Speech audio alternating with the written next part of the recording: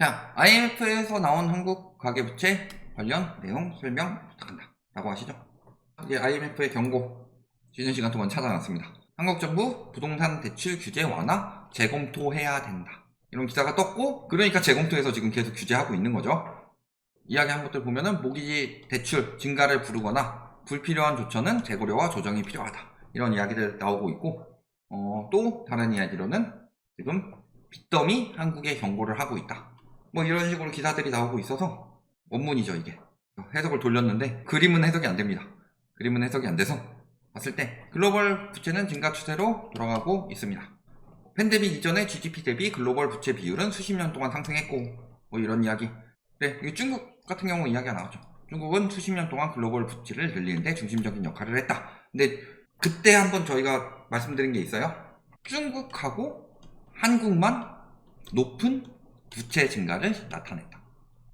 그러니까 요 두 개의 나라가 굉장히 위험한데, 중국은 지금 부동산 가격이 하락하면서 강제적으로 부채가 상승할 수 없는 상황인데, 우리나라 같은 경우는 요걸 조장을 했죠.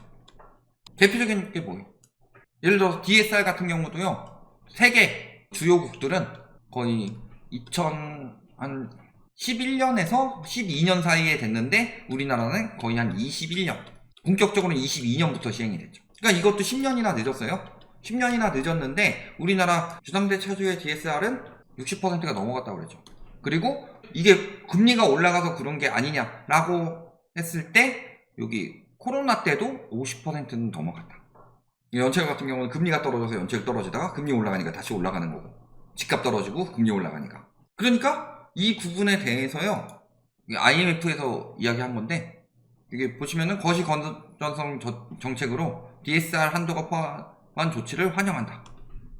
그러나 지금 신중한 모기지의 요구사항이 우회되고 있고, 그래서 추가 조치가 필요하다. 그래서 말하는 게 뭐였냐? 대출금리에 스냅백이 있는 경우 차입 위험을 완화하기 위해서 강조된 DSR 비율을 도입하고, 무담보 부채를 연간으로 공식화해가지고 어쨌든 간에 지금 계속 그 DSR 이런 부분에 대해서 강화를 해라. 이게 언제 나온 내용이냐면요, 2022년 3월에 IMF에서 나온 거다.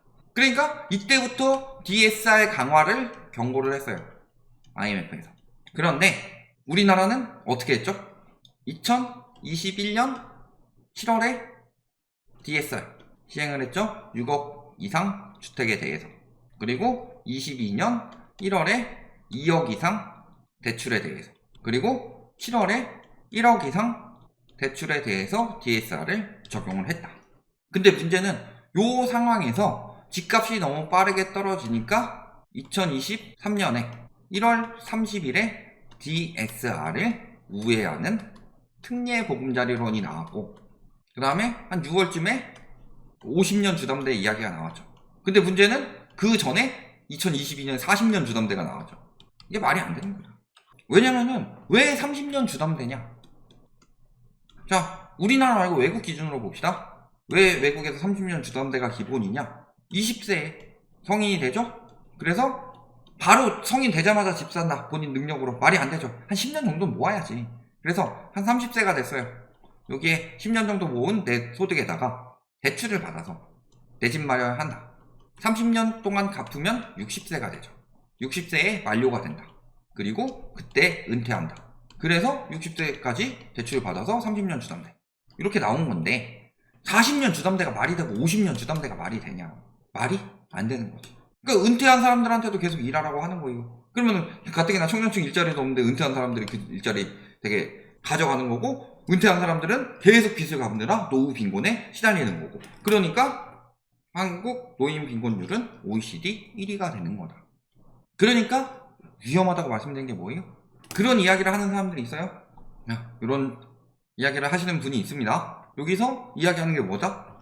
가계부채가 한국보다 높거나 비슷한 나라들이 있다. 스위스, 호주, 홍콩, 뉴질랜드, 요 네 군데의 나라를 이야기했는데, 여기서 홍콩은 당연히 우리나라만큼 위험한 곳입니다. 여기는 집값 거품이 굉장히 심각하다.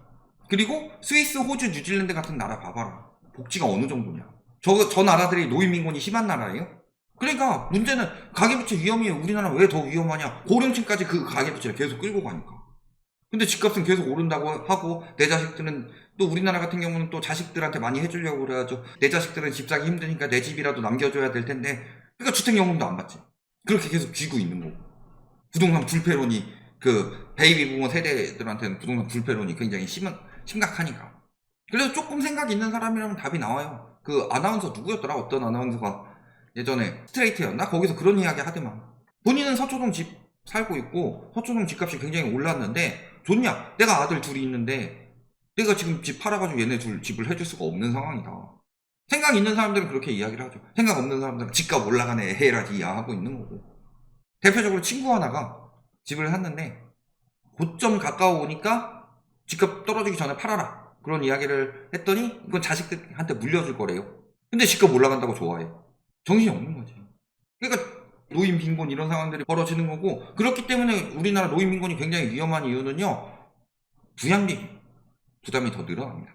가뜩이나 인구 감소로 인해서 우리나라 인구 감소가 심각한 이유 첫 번째 출산율 감소, 애를 안 낳아. 두 번째 뭐예요? 삶이 팍팍하니까 자살률 1위에요. 부양비도 계속 늘어났다고. 부양비가 늘어나면 돈 모으긴 더욱 힘들어지죠. 부양비가 보통 어디서 나간다? 내가 직접 모셔가지고 소비 지출로 나가든가 아니면은 정부에서 세금을 걷어서 비소비 지출로 나가든가 이런 상황이 되는 거고. 그러니까 결국에는 IMF도 그렇고요. 이 IMF 경고를 받아들여서 한국은행도 그렇고 계속 이야기를 한 게 뭐예요? 점진적 디레버리징을 이야기를 했다. 그렇잖아요.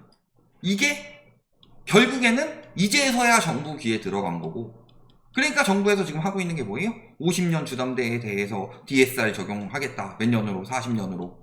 그 다음에 특례 보금자리론 저기 우대형만 남기고 일반형은 다 폐지하겠다.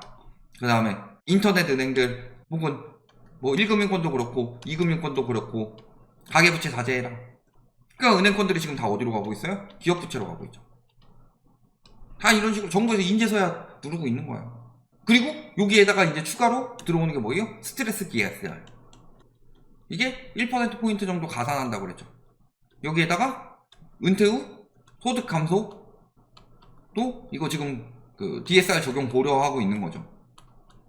요게 지금 다 정부에서 요런 조치들이 왜 나오고 있겠느냐. IMF에서 경고했고 한국은행에서 경고했고 IMF에서 또 경고하니까 정부에서는 안 되겠다 싶은 거지. 진짜 IMF 또 터지면 어떡해요. 잠깐 정치적인 이야기 한 가지만 하자면 뭐예요? 우리나라가 최초로 민주당 쪽에서 최초 대통령이 나왔을 때가 왜 나왔어요? 민주당 최초 대통령이 김대중 대통령이잖아요. 왜 나왔어요 그때? 그 전에 김영삼 대통령 때 IMF가 터졌기 때문이죠. 그러니까 이런 금융위기 터지면 바로 정권 뺏긴다. 노무현 정부도 마찬가지였죠. 그때 두 번 정도의 정부가 이어지다가 그때 글로벌 금융위기 터지니까 또 뺏긴 거 아니에요. 그러면은 IMF에서 저렇게 경고를 하는데 IMF 말 안 듣고 터져버렸다. 어떻게 되겠냐. IMF 터진 나라에서 지원했던 IMF가 저렇게 이야기를 하고 있는데, 그러니까 이제서야 말 다시 듣고 있는 거다. 그리고 저렇게 돼서 디레버리징이 이제는 이뤄질 수밖에 없는 상황이죠. 디레버리징이 왜 멈췄냐? 언제부터 멈췄냐? 1월 30일에 특례보금자리론을 풀고 2월에 한 달 동안 그 영향을 주죠. 부동산 시장에. 그러니까 부동산 시장에 영향을 받으면서 점점 더 대출을 많이 받아가고, 그러니까 그게 4, 5, 6월 어마어마하게 올라간 거죠. 가계부채. 그러니까 핵심이 됐던 그 가계부채들을 폐지를 하고 있어요. 그러면 점진적 디레버리징이 1차적으로 일어나고 22년부터 뭐 23년 초까지 일어나고 있었던 게 점진적 디레버리징이었는데, 근데 그게 지금 막힌 상황에서 다시 쪼이고 있어요. 전보다 더 강하게 쪼이고 있죠. 다시 올라가려는 심리를 잡으려고. 그러면은 점진적 디레버리징이 일어나다가 심각하다 싶으면은 그때부터는 가계부채도 굉장히 많이 줄어들 거예요. 그럼 부동산 시장에 들어올 수 있는 유동성은 크게 두 가지가 있다고 했죠. 첫 번째는 소득, 두 번째는 대출. 그렇죠. 갭투기 하는 것도 대출이에요. 전세 보증금도 대출입니다. 그리고 저기 우리나라랑 GDP 대비 가계부채 비슷한 나라들은 전세가 없으니까 사적 대출도 훨씬 더 적은 상황이고, 그러면은 다 그게 영향을 주게 되면 어떻게 돼요? 부동산 시장에 들어올 유동성이 없는데. 그리고 앞으로 코로나 때 같은 저금리는 없다고 그랬어요. 아무리 금리 많이 낮춰도 당분간 1, 2%대 금리는 없다고 한국은행에서 이야기를 못을 박았습니다. 왜냐면 인플레이션이 어느 정도 장기화되기 때문에 경기 침체가 와서 금리를 조금 낮추더라도 많이 낮추진 않는다. 이런 이야기를 했어요. 그러면 앞으로 대출은 어떻게 되겠냐? 감당 가능할 정도까지 빠지지 않겠냐? 그게 한국은행에서 원하는 것은 GDP 대비 80%까지 점진적으로 줄여나가는 거고, 그게 다 글로벌 금융위기 터졌을 때 세계 모든 나라에서, 대부분 나라에서 일어났던 일인데, 중국같이 그때 막 성장해가지고 영향을 덜 받은 나라나 우리나라같이 그때 전세자금 대출을 풀어가지고 어떻게든 가계대출을 늘렸던 나라들이 그것을 인재 적용받고 있는 거다. 이렇게 보시면 되겠습니다.